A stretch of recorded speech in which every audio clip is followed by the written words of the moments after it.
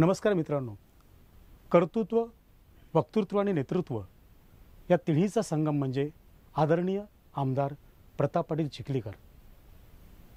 त्यांचं स्व टेक्नॉलॉजीज प्रस्तुत बोला ॲपच्या गगनस्पर्श या कार्यक्रमात आपण स्वागत करूयात. नमस्कार सर. नमस्कार साहेब, प्रतापराव पाटील चिखलीकर म्हटलं की लोकांच्या मनामध्ये बहुआयामी व्यक्तिमत्व म्हणून सगळ्यांना माहीत आहे. हे व्यक्तिमत्व घडलं कसं आणि आपली राजकारणाची सुरुवात कशी झाली? तसं माझे वडील जिल्हा परिषदेचे सदस्य होते. वडील पूर्वी राजकारणामध्ये राहायचे आणि कैलासवासी शंकररावजी चव्हाण आणि वडिलांचे अतिशय जवळचे संबंध होते. वडील जिल्हा परिषदेचे 10 वर्ष सदस्य, भूविकास बँकेचे अध्यक्ष, साखर कारखान्याचे संचालक आणि त्याच्यामुळे त्यांचं बोट धरून राजकारणामध्ये आम्ही आलो.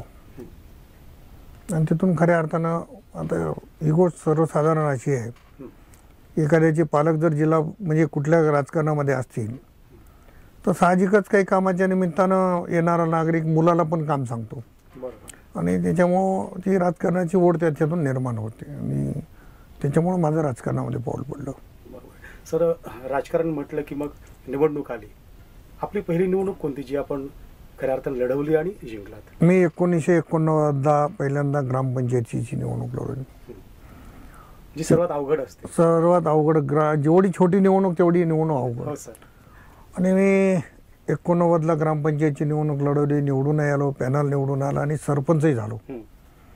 ती माझी पहिली निवडणूक माझ्या आयुष्यातली ग्रामपंचायतीची झाली. सर, मिनी मंत्रालय म्हणजे जिल्हा परिषद आणि जिल्हा परिषद अनेक पदावर आपण राहिलेले आहात. कोणत्या कोणत्या पदावर राहिला आणि अनुभव कसा राहिला आपला? मी 1992ला जिल्हा परिषदेला पहिल्यांदा निवडून आलो. 1992, 1997, 2002 या 3 निवडणुका जिल्हा परिषदेच्या वेगवेगळ्या सर्कलमधनं मी निवडणूक लढवल्या. जिल्हा परिषदेमध्ये जेवढे डिपार्टमेंट आहेत त्या सगळ्या डिपार्टमेंटचा सभापती मी होतो. पहिल्यांदा कृषी पशुसंवर्धन दुग्धशाळा समितीचा सभापती म्हणून 5 वर्ष काम केलं. 1997ला मी जिल्हा परिषदेचा उपाध्यक्ष झालो. शिक्षण आणि आरोग्य खात्याचं काम केलं. त्यानंतरच्या काळामध्ये बांधकाम आणि अर्थ खात्याचा सभापती झालो. बांधकाम आणि अर्थ खात्याचा सभापती मला जास्त काळ राहता आलं नाही. त्याचं कारण की मी कलंबर सहकारी साखर कारखान्याचा अध्यक्ष झालो आणि दोन्ही पदावर एक व्यक्ती राहू शकत नाही या नियमामुळं एका ठिकाणचा राजीनामा देणं मला भाग होतं. म्हणून मी जिल्हा परिषदेचा राजीनामा दिला आणि साखर कारखान्याचं अध्यक्षपद स्वीकारलं. वास्तविक मी पंचायत समितीचा सभापती म्हणून किनवट पंचायत समितीला जवळपास 2.5-3 महिने काम केलं. किनवट पंचायत समितीला? आता लोकांना असा प्रश्न पडेल की हा कंधार तालुक्यातला राहणार आहे आणि किनवट पंचायत समितीचा सभापती कसा? हो, कसा? जिल्हा परिषदेमध्ये एक असा नियम होता पूर्वी की पंचायत समितीचे सभापती आणि उपसभापती दोघांनी राजीनामा दिल्याच्या नंतर जिल्हा परिषदेच्या एका सभापतीकडे त्याचा चार्ज द्यायचा. तसा तो किनवट पंचायत समितीचा चार्ज माझ्याकडे आला आणि जवळपास 2.5-3 महिने किनवट पंचायत समितीचा सभापती म्हणून काम केलं. एक वेगळा अनुभव मिळाला. मुखेड पंचायत समितीला सुद्धा 11 दिवस मी सभापती होतो. ते जिल्हा परिषदेच्या महिला बालकल्याणचा आणि समाज कल्याणचा सभापती होता येत नाही म्हणून झालो नाही, पण बाकी सगळ्या खात्यांचा सभापती झालो. सर, आपला जिल्हा परिषदेचा कार्यकाल अतिशय म्हणजे सगळ्यांच्या स्मरणात राहणारा आणि अभ्यासू व्यक्तिमत्व खऱ्या अर्थानं असा एखादा प्रसंग जिल्हा परिषदेचा की जो आपल्या स्मरणात कायम आहे? खरं तर जिल्हा परिषदच माझ्या स्मरणामध्ये कायम आहे. मी आमदार जेव्हा 2004ला अपक्ष झालो त्याला कारणीभूती जिल्हा परिषदच आहे. जिल्हा परिषदेमध्ये काम करणं, जिल्हा परिषदेचे संबंध वाढवणं आणि जिल्हा परिषद ही काही लहान संस्था नाही. जिल्हा परिषदेमध्ये शिक्षण खात्यामध्ये 12-13 हजार शिक्षक बंधू आहेत. आरोग्य खात्यामधला स्टाफ आहे. बाकी सगळ्या खात्याचा स्टाफ घेतला तर 25-30 हजार कर्मचारी आणि अधिकारी असलेली जिल्हा परिषद आहे. यांच्यासोबत जे काही माझे संबंध होते त्या संबंधाचा फायदा 2004ला मी अपक्ष जिल्हा विधानसभा लढवली त्यावेळेस मला निश्चित झालं. जिल्हा परिषदमध्ये काम करताना खूप गोष्टी सांगण्यासारख्या आहेत, कारण एवढ्या वर्षाचा 3 टर्मचा काळ आहे आणि एवढ्या कमी वेळामध्ये सांगणं पण कठीण जाईल. पण अतिशय त्यावेळीची परिस्थिती वेगळी होती, आजची परिस्थिती वेगळी आहे. त्यावेळेस मान सन्मान जिल्हा परिषदमध्ये असायचा अधिकारी पदाधिकाऱ्यांचा समन्वय असायचा, पण आज तो अलीकडच्या काळामध्ये दिसत नाही आहे. पण जिल्हा परिषदमध्ये अनेक करण्यासारखं आहे आणि ते मी खूप केलेलं आहे तिथे. सर, आमदारकी हे प्रत्येकाचं स्वप्न असतं. जेव्हा आपण ग्रामपंचायत समिती जिल्हा परिषद एक पायरीवरती जातो तेव्हा पहिली आपली निवडणूक आमदारकीची कशी राहिली, तो अनुभव कसा होता? तर आपण सांगितलं की एक पायरी ही गोष्ट आहे. मी अगोदर ग्रामपंचायतीला होतो, त्याच्यानंतर जिल्हा परिषदमध्ये आलो, पंचायत समिती झाली आणि विधानसभेला 2004ला मी अपक्ष निवडणूक लढवतो. आता अनुभव सांगायचा तर त्याच्यामध्ये आपल्याशी मोकळं बोलायला हरकत नाही, कारण मी काँग्रेसचा कार्यकर्ता होतो. 1995ला मी विधानसभेची उमेदवारी मागितली आणि त्यावेळेस कैलासवासी विलासरावजी देशमुख साहेब हे महाराष्ट्राचे महसूल मंत्री होते आणि अशोकराव चव्हाण हे राज्यमंत्री होते. त्यावेळेस विलासराव देशमुख साहेबांनी सांगितलं होतं की मी चिखलीकरांच्या प्रचाराचा नारळ फोडायला लोह्यात आलो, ही भाषा केली, परंतु मला 95ला उमेदवारी मिळाली नाही. 1999च्या निवडणुकीमध्ये कैलासवासी शंकररावजी चव्हाण, शिवराज पाटील चाकूरकर, कैलासवासी विलासरावजी देशमुख साहेब आणि निलंगेकर साहेब ह्या चौघांची दिल्लीत बैठक झाली आणि मला बोलावून सांगितलं की तुमची उमेदवारी ही फायनल आहे आणि तुम्ही कामाला लागलं पाहिजे. मी दिल्लीवरनं नांदेडला आलो. नांदेडला आल्याच्या नंतर भास्करराव पाटील खतगावकर त्यावेळेस लोकसभेचे उमेदवार होते, त्यांची माझी आणि अशोकराव चव्हाणांची बैठक झाली आणि त्यांनी सांगितलं की बा त्या तारखेला म्हणजे त्या महिन्याच्या 17 तारखेला त्यांचा फॉर्म भरला आणि 18 तारखे शेवटची होती. ते मला म्हणाले 18ला आपण फॉर्म भरू तुमचा आणि पब्लिक येणं करणं वगैरे सोयीचं होईल, म्हणून मी त्यांचं मान्य केलं आणि 17ला त्यांचा फॉर्म भरला आणि 18 तारखेला सकाळी मला निरोप आला की तुम्ही उमेदवारी भरू नका, की तुमची कंटिन्यू तिकीट काटलेलं आहे. परत 2004ला मी काँग्रेसकडून प्रयत्न केला आणि 2004ला पण अशीच परिस्थिती निर्माण झाली आणि मग निर्णय घेतला की अभी नाही तो कभी नाही, म्हणून जनता माझी आणि मी जनतेचा हे ध्येय ठेवून अपक्ष निवडणूक लढवण्याच्या मैदानात उतरलो. खरं तर माझं काँग्रेसमधनं तिकीट काटायचं कारस्थान हे अशोक चव्हाणांचं होतं.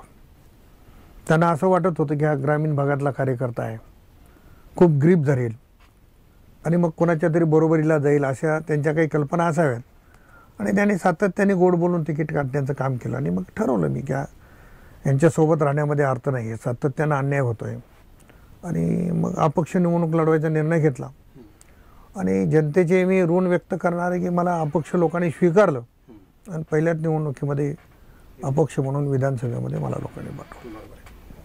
सर, जनता एखाद्या पक्षाच्या पाठीमागे असते आणि त्या पक्षाचं एक मत असतं समजा, किंवा त्याचं एक गठ्ठा मतदान मिळत असतं पक्षाच्या माध्यमातून, ते कोणताही पक्ष असो. परंतु हे तुमच्याविषयी थोडंसं गणित वेगळं आहे की तुम्ही जिकडे जाल जनता तुमच्या पाठीशी असते. हे कसं काय? हे मी अगोदर सांगितलं की माझं जी ब्रीद आहे, जनता माझी आणि मी जनतेचा. आपण जर बघितलं तर प्रताप पाटलाची निशाणी काहीच नाही. मी परवा पुरुषोत्तम मासाच्या अधिक मासाच्या निमित्ताने धोंडे जेवणाचा कार्यक्रम माझ्या प्रत्येक सर्कलमध्ये दिला. मतदारसंघामध्ये 9 ठिकाणी जेवणाचा कार्यक्रम. त्या प्रत्येकाला विचारलं मी प्रताप पाटलाची निशाणी काय, तर एकही माझा सहकारी सांगू शकला नाही. कारण विधानसभेची पहिली निवडणूक मी लढवली शिलाई मशीनवर, दुसरी निवडणूक लढवली कब्बशीवर, तिसरी निवडणूक लढवली बाणावर आणि आता फुल हातात धरले. म्हणजे अशी परिस्थिती आहे. त्याच्यामुळे निशाणी एक नसल्यामुळे सुद्धा माझं मोठं नुकसान होते. परंतु लोकांना एक माहिती आहे की प्रतापला मत द्यायचे. लोकांचं प्रेम प्रतापवर आहे. आणि तुम्ही हा प्रश्न विचारला की हे कसं घडते. मी काही हंगामी कार्यकर्ता नाही, मी AC मधला कार्यकर्ता नाही, मी काही मुंबई दिल्लीत बसून काम करणारा कार्यकर्ता नाही, 24 तास रस्त्यावर राहणारा कार्यकर्ता, लोकांच्या सुखादुखामध्ये जाणारा कार्यकर्ता, काही अडचण पडली तर धावून जाणारा कार्यकर्ता, दवाखाना असेल, पोलीस स्टेशन असेल, तहसील असेल, विविध कुठेही असेल काम. एखादा ॲक्सिडेंट झाला म्हणून कळलं तर आमच्या जीवाला धक्का बसतो, तिथे मी पोहोचतो, त्यांना लागलेल्या सुविधा उपलब्ध करून देणं, ह्या सगळ्या गोष्टी करतो. त्यामुळे लोकांना माहिती आहे की आपला हात धरून उभा करणारा आमदार कोण असेल तर प्रताप पाटील आहे. म्हणून लोक माझ्यासोबत राहतात असं माझं मत आहे. आणि वैयक्तिक तुम्हाला मुंबई जास्त आवडते का नांदेड? नांदेडपेक्षा कंधार लोहा मतदारसंघ.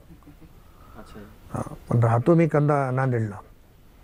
कारण मी पूर्वीच जिल्हा युवक काँग्रेसचा अध्यक्ष असले तेव्हापासून नांदेड हेडक्वार्टर झाले ते नांदेडच आहे. पण मतदारामध्ये राहणं जास्त आवडते. हां, मुंबईला जर काम नसेल तर मन पण लागत नाही. हां, काम संपलं की चला आपण लवकर गेलं पाहिजे म्हणून.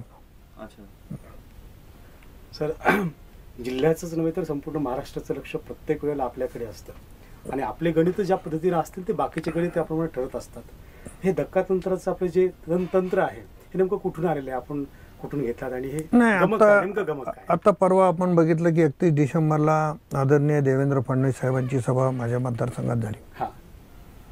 त्या अगोदर सुद्धा कैलासवासी विलासराव देशमुख साहेबांच्या सभा झाल्या, त्यांचेही भाषण आपण ऐकले असतील.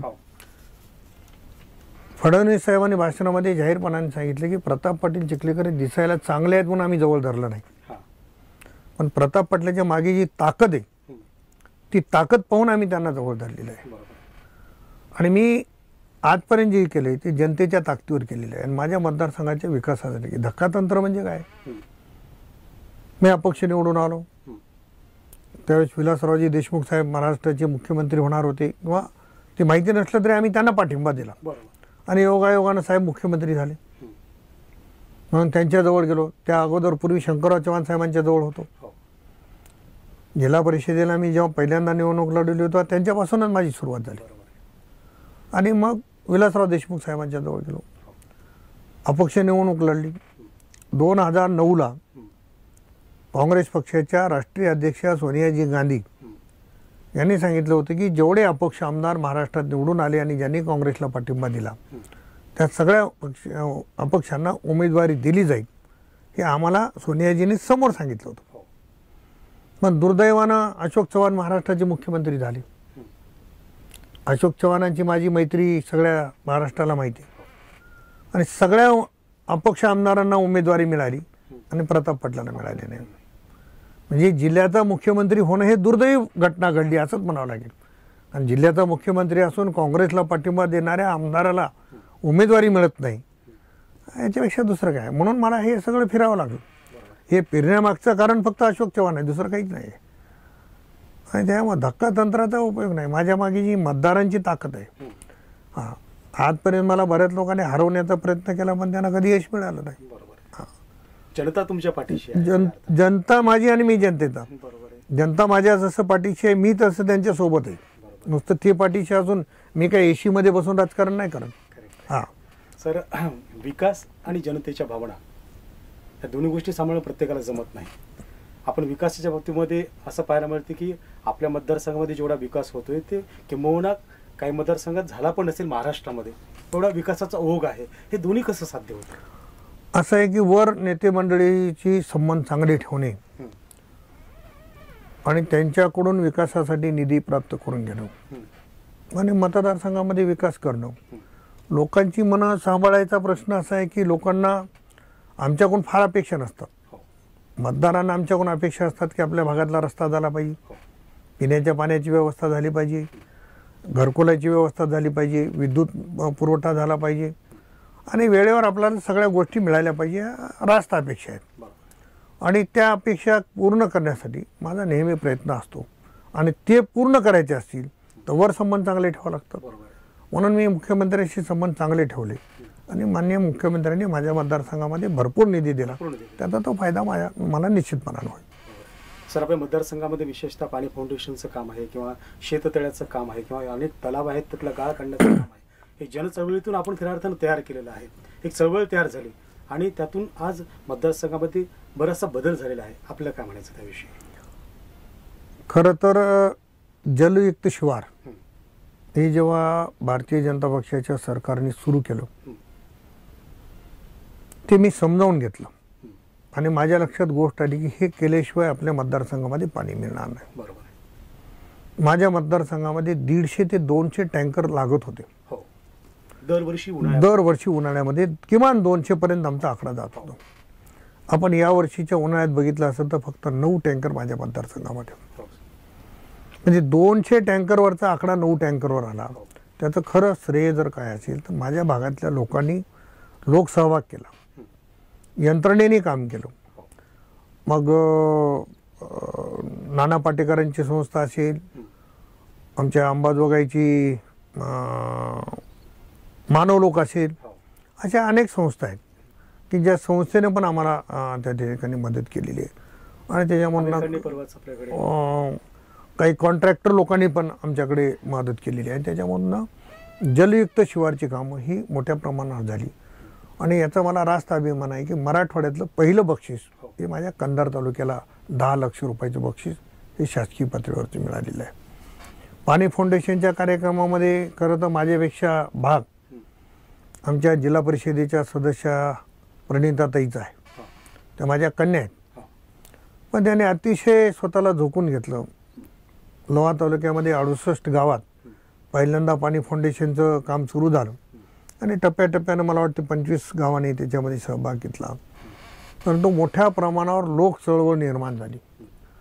आणि पाणी फाउंडेशनचं असेल का जलयुक्त शिवारचं काम असेल, याच्यातून माणसांचा एकोपा निर्माण कसा करता येईल आणि त्याच्यातून काम कसं करून घेता येईल हा मोठा प्रयोग आहे. आणि तो प्रयोग खरं तर माझ्या कन्येच्या प्रयत्नामुळे मला यशस्वी करता आला.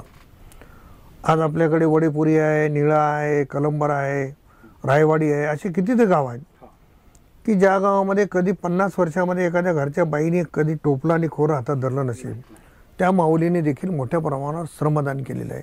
ही किमया पाणी फाउंडेशनच्या माध्यमातून माझ्या मतदारसंघात घडलेली आहे आणि त्याचा फायदा निश्चित माझ्या मतदारसंघाला होतोय आणि झालेला आहे.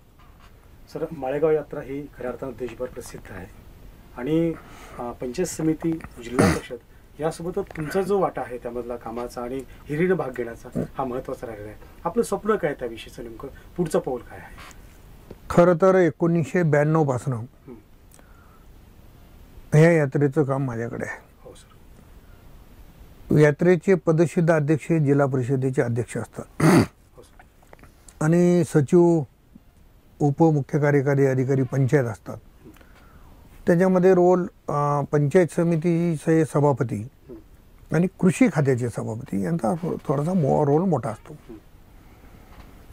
मी जेव्हा जिल्हा परिषदेला 1992 मध्ये आलो आणि पहिल्यांदा माळेगाव यात्रेची पत्रिका काढायचा प्रसंग माझ्याकडे आला, तेव्हा आमच्या जिल्हा परिषदेचे अध्यक्ष होते गंगाधररावजी कुंटूरकर. तर मी काही अशा प्रमाणात पत्रिका काढली की काही 4-2 माझे जे विरोधक होते त्यांचं नाव टाकायचं नाही किंवा अशा पद्धतीनं करायचं. मला गंगाधररावजी कुंटूरकरांनी अतिशय प्रेमानं, माझं वय कमी होतं, मला त्यांनी बोलावून समजावून सांगितलं की राजकारण असं नाही करायचं. यात्रेमध्ये ही यात्रा सर्वांची आहे, यात्रेमध्ये सर्वांचा समावेश झाला पाहिजे ही भूमिका ठेवा आणि अशा पद्धतीने तुम्ही पत्रिका काढा. बाकी विरोध कुठं करायचे आपण करू, पण पत्रिकेत विरोध करायचा नाही. आपल्याला ही यात्रा सर्वांची घेऊन चालायची. मग मी त्यांच्या ऐकण्यावरून ती पत्रिका तयार केली आणि त्यांच्या समोर घेऊन गेलो आणि त्यांनी सांगितलं की तयार करा. आणि शेवटी अधिकार हा अध्यक्षांचा असतो. त्यानंतर मला कधीच त्यांनी 5 वर्षामध्ये विचारलं नाही की पत्रिका कशी काढताय किंवा माळेगावचं काय करताय. ते जरी अध्यक्ष असतील तर वडीलकीच्या नात्याने त्यांनी यात्रेची पूर्ण जबाबदारी माझ्यासारख्या तरुण माणसावर टाकली. म्हणून उत्साह, यात्रा वाढली पाहिजे, यात्रेचा विकास झाला पाहिजे. मी पहिल्यांदा 5 वर्ष सभापती असताना स्वतः माळेगावच्या यात्रेमध्ये 5-5, 6-6 दिवस मुक्कामाला राहायचो. काय अडचणी आहेत. आणि मग त्या काळात विलासराव देशमुख साहेब महाराष्ट्रामध्ये महसूल मंत्री होते, त्याच्यानंतर कृषी मंत्री झाले, त्याच्यानंतर पशुसंवर्धन मंत्री झाले. त्यांचे अनेक खाते त्यांनी सांभाळले. आणि मग माझे आणि त्यांचे संबंध असल्या कारणानं मी कला महोत्सवाचा कार्यक्रम असेल तर सांस्कृतिक मंत्री म्हणून त्यांना बोलवलं, त्यांच्याकडून निधी घेतला. आणि मग कृषी खात्याचे मंत्री झाले विलासराव साहेब, कृषी खात्याच्या प्रदर्शनानं आणला आणि त्यांना जे जे खाते मिळाली त्या खात्यांचा निधी त्यावेळेस माळेगाव यात्रेला मिळून दिला. तो आजपर्यंत कोणी मिळवू शकलेला नाही. माळेगावचं विकास झाला पाहिजे हे स्वप्न होतं.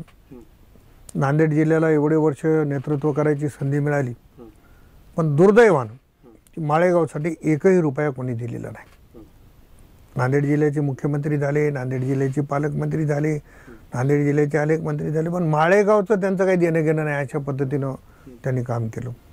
विलासराव देशमुख साहेब राज्याचे मुख्यमंत्री झाले आणि मी पहिल्यांदा आमदार होतो. मी त्यांच्याकडे मागणी केली 5 कोटी रुपयाची. तर जवळपास त्यांनी 6.5 कोटीची कामं माळेगाव तीर्थक्षेत्र विकासामध्ये केली. आणि आठवणीत राहण्याचं काम म्हणजे सगळ्यात मोठी आठवण जर काय असेल माझ्या आमदारकीच्या काळातली, 550 कोटी रुपये एकदाच त्यांनी लिंबोटी धरणाला दिले. जे लिंबोटी धरण आजपर्यंत कोणी पूर्ण करू शकलं नसतं, ते पूर्ण करण्याचं भाग्य माझ्यासारख्या छोट्या कार्यकर्त्याला लागलं. म्हणून आज लोक लिंबोटी धरणाचं शिल्पकार प्रताप पाटलाला म्हणण्याचं कारण ते आहे. 2004 मध्ये मी पहिला जर पत्र दिलं असेल विलासराव साहेबांना तर लिंबोटी धरण झालं पाहिजे ही भूमिका घेतली. लिंबोटी धरणाला त्यांनी निधी दिला. माळेगाव तीर्थक्षेत्रामध्ये घेऊन माळेगावचा विकास कसा केला पाहिजे हे त्यांनी मला सूचना दिली आणि त्या पद्धतीने त्यांच्या सूचनेनुसार माळेगावचं तीर्थक्षेत्र केलं. आज माळेगावचं नाव देशाच्या नकाशावर आहे. त्याला कारणीभूत विलासरावजी देशमुख आणि देवेंद्र फडणवीस आहे.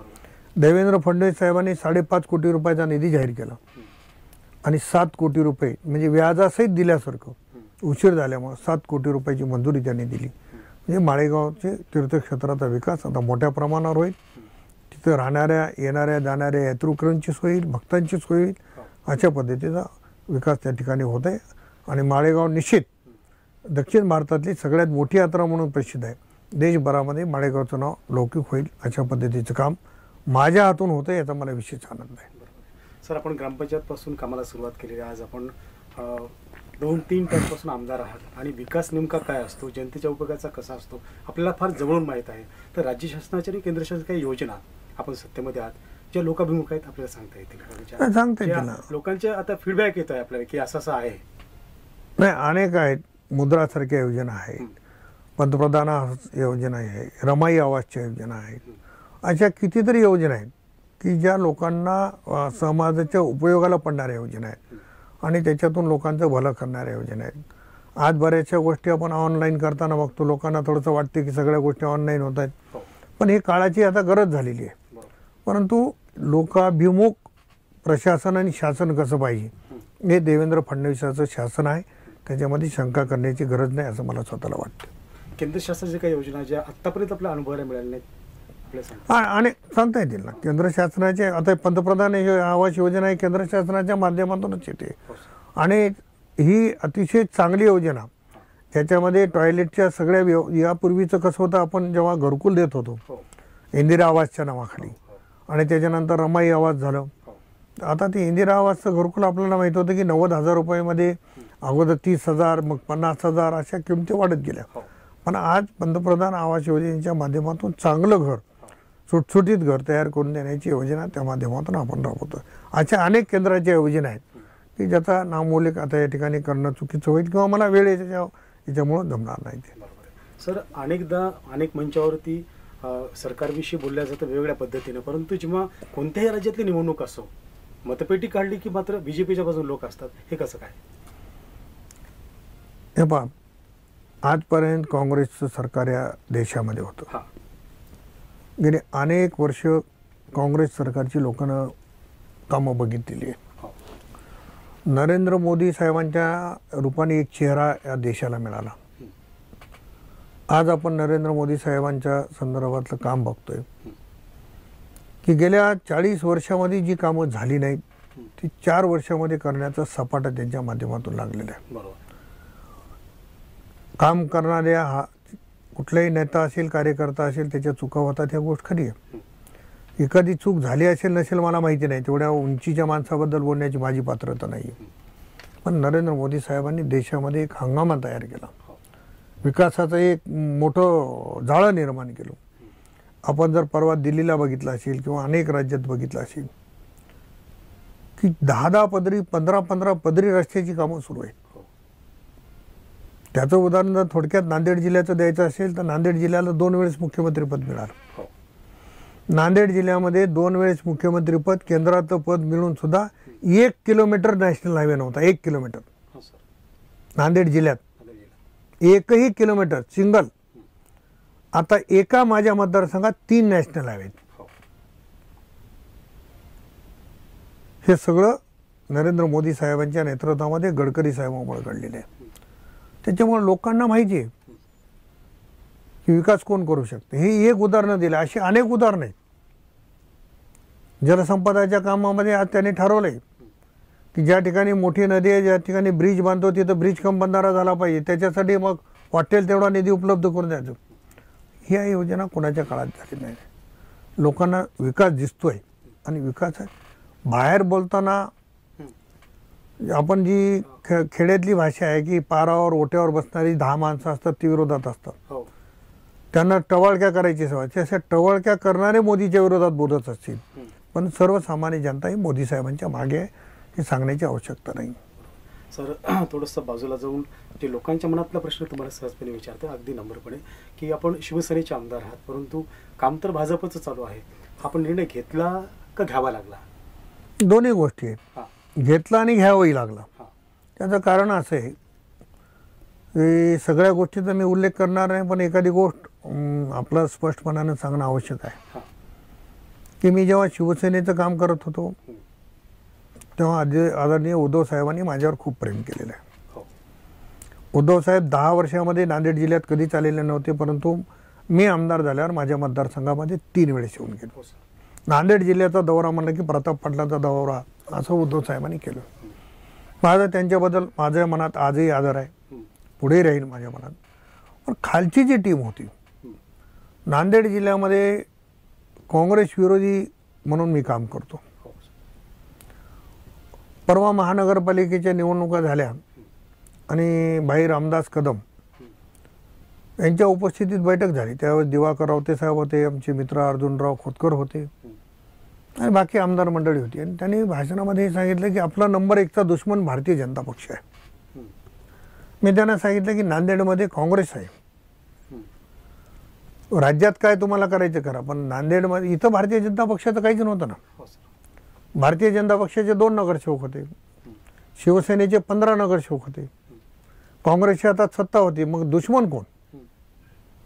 आणि मला हे त्यांचं काही काँग्रेससोबतचं मिलीभगत आवडलं नाही आणि त्यांनी महानगरपालिकेमध्ये पूर्णपणाने काँग्रेसचं काम केलं.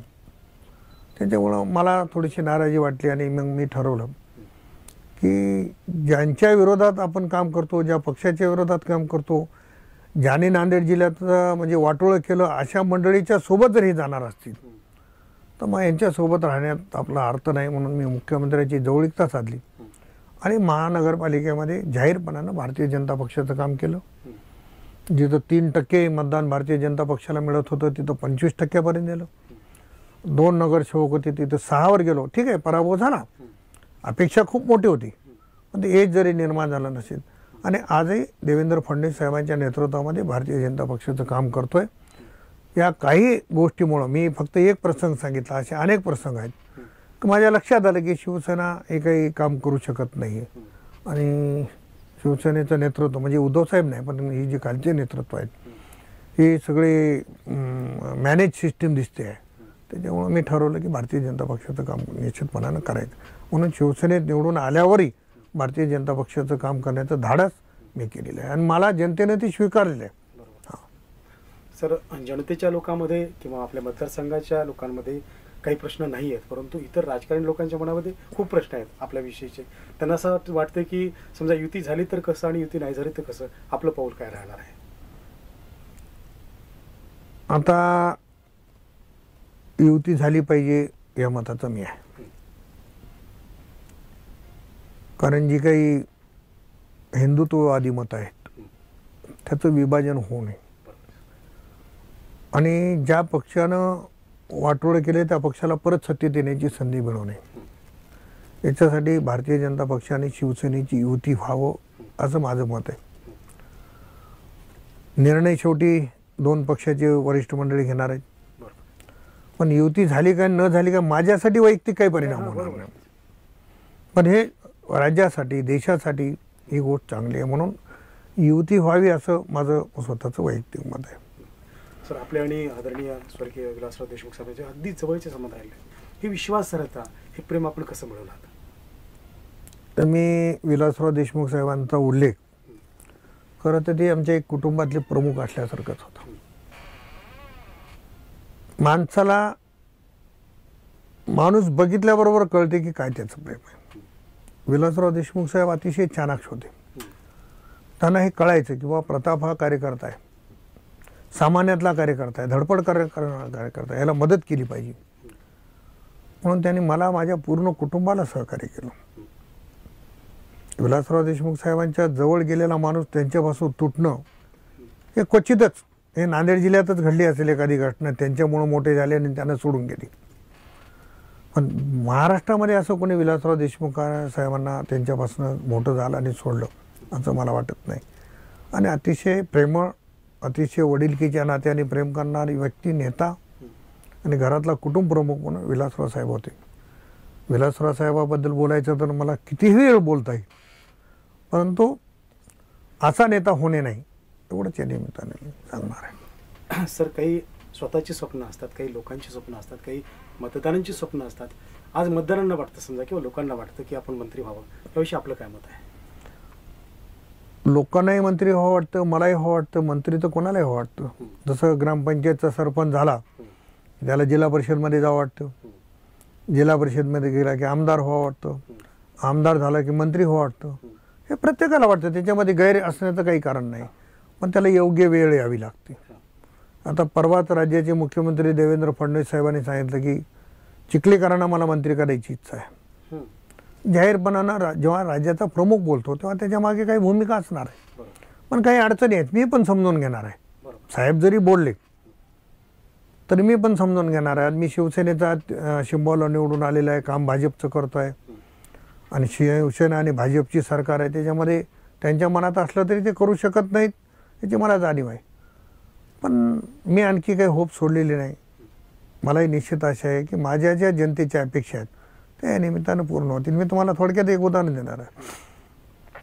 मी जेव्हा जिल्हा परिषदमध्ये खात्यांचा घोळ चालायचा, तर हे खातं मिळेल का, ते खातं मिळेल का चर्चा होत होती. आणि मला जे मिळालं तर लोक म्हणायचे की बा याला हे मिळायला पाहिजे होतं पण हे मिळालं. पण सुदैवानं सगळंच मिळत गेलं. आमदार झालो, लोकांची अपेक्षा मंत्री होईल, ठीक आहे, एक टर्म झाली, दुसरी टर्म झाली, तिसऱ्या टर्मला होईल, होणं आहे, पण त्याला योग्य वेळ यावी लागते. त्याच्यामुळे लोकांच्याही भावना आणि आमची म्हणजे त्याच्यातून निश्चितपणाने पूर्ण होणार आहे. सर, लोकांच्या अपेक्षा आपल्याकडून पूर्ण होतात आणि आपलेही स्वप्न हे ईश्वरांना पूर्ण करावेत हे आपल्याला सदिच्छा देतोय आणि थांबतो. आपण या ठिकाणी आलात त्याबद्दल खरंच प्रश्न. बिलकुल, धन्यवाद, आभारी आहे.